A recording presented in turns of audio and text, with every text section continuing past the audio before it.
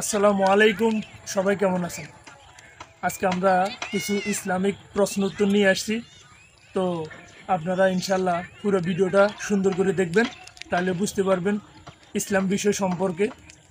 আমরা আজকে মহানবী সাল্লাল্লাহু আলাইহি সাল্লাম সম্পর্কে কিছু অজানা কথা বলবো, হয়তো আপনারা অনেকেই সেটা জানেন না। তো আপনারা আজকে ইনশাল্লাহ জানবেন।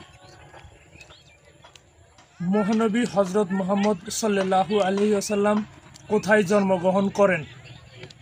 মক্কা নগরীতে। আমাদের প্রিয় নবীর নাম কি? হজরত মোহাম্মদ সাল্লাল্লাহু আলাইহি সাল্লাম। মহানবী হজরত মুহাম্মদ সাল্লাল্লাহু আলাইহি সাল্লাম কত খ্রিস্টাব্দে জন্মগ্রহণ করেন? 570 খ্রিস্টাব্দে। আমরা কোন নবীর উম্মত?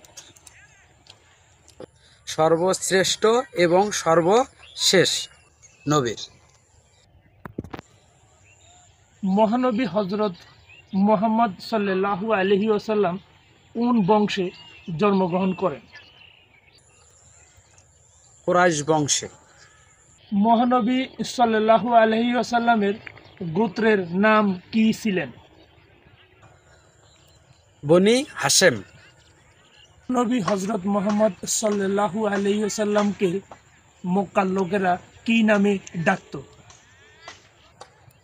আল আমিন বলে।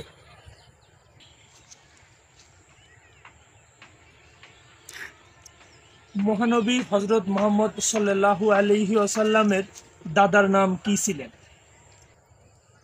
Abdul Muttalib. হজরত মুহাম্মদ সাল্লাল্লাহু আলাইহি ওয়াসাল্লামের বাবার নাম কি ছিলেন? আব্দুল্লাহ। মহানবী হজরত মুহাম্মদ সাল্লাল্লাহু আলাইহি ওয়াসাল্লামের মাতার নাম কি ছিলেন? আমেনা। মহানবী হজরত মুহাম্মদ সাল্লাল্লাহু আলাইহি ওয়াসাল্লামের দুধ মাতার নাম কি ছিলেন? হালিমা।